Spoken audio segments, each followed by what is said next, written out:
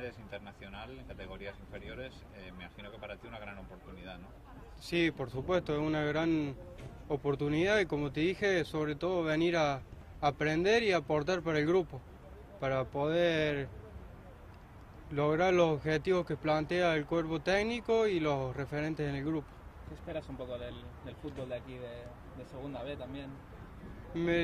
Todo lo que me han comentado es que es un fútbol muy friccionado, a donde se juega mucho fuerte, con mucha marca, intensidad, y por lo que he visto hasta ahora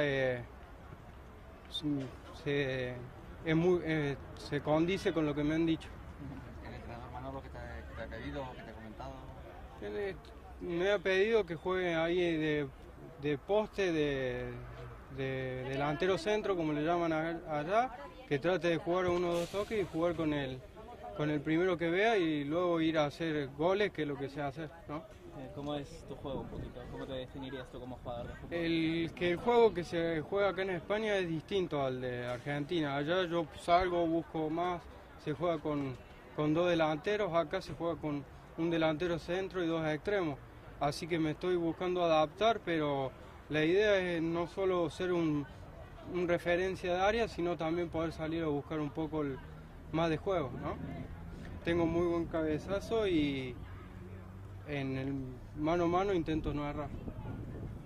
En este sentido, tu juventud no tiene por qué ser un problema, ¿no? Y yo allá en primera me encuentro hace los 16 años ya jugando.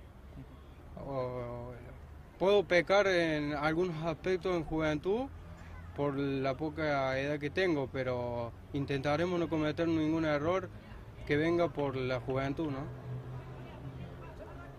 Vale, muy bien.